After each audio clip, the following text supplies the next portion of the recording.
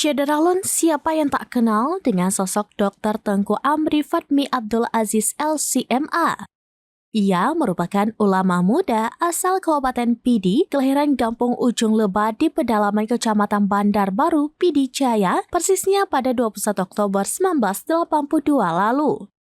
Peran besar dalam beberapa tahun terakhir telah memberikan dampak signifikan lewat dakwah kreatif, yaitu lewat pengajian rutin, khutbah Jumat di masjid tingkat kabupaten dan provinsi, dan bahkan nasional, yaitu 4 kali di Masjid Istiqlal, Jakarta.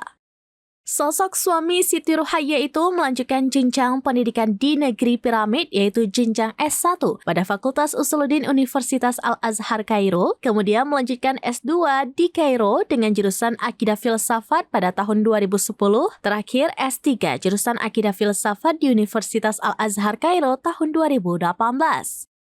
Dalam catatan dakwah, ayah 4 anak itu telah menjamah negeri Eropa dan negeri Paman Sam, Amerika Serikat, seperti memenuhi undangan mengisi kajian Islam di Jerman dan Denmark.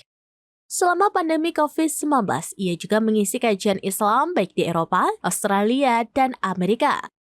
Di kalangan anak muda, beliau dikenal sebagai sosok dai yang dekat dengan anak muda lewat kajian-kajian di kafe dan tempat nongkrong lainnya.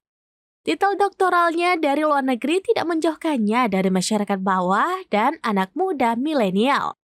Namun, sebagai putra daerah, Amri Fatmi tetap konsisten memberikan kajian mingguan di Masjid Agung Al-Falah Kota Sigli, serta beberapa masjid lainnya di Aceh. Kini, pembina Yayasan Bina Iman Akhlakiyah Zakapidi itu tetap konsisten mengembangkan dakwah lewat kajian-kajian lugas lewat pesantren peradaban 6.0 di Aceh yang menjadi referensinya bagi segenap generasi muda Islam di negeri Serambi Mekah.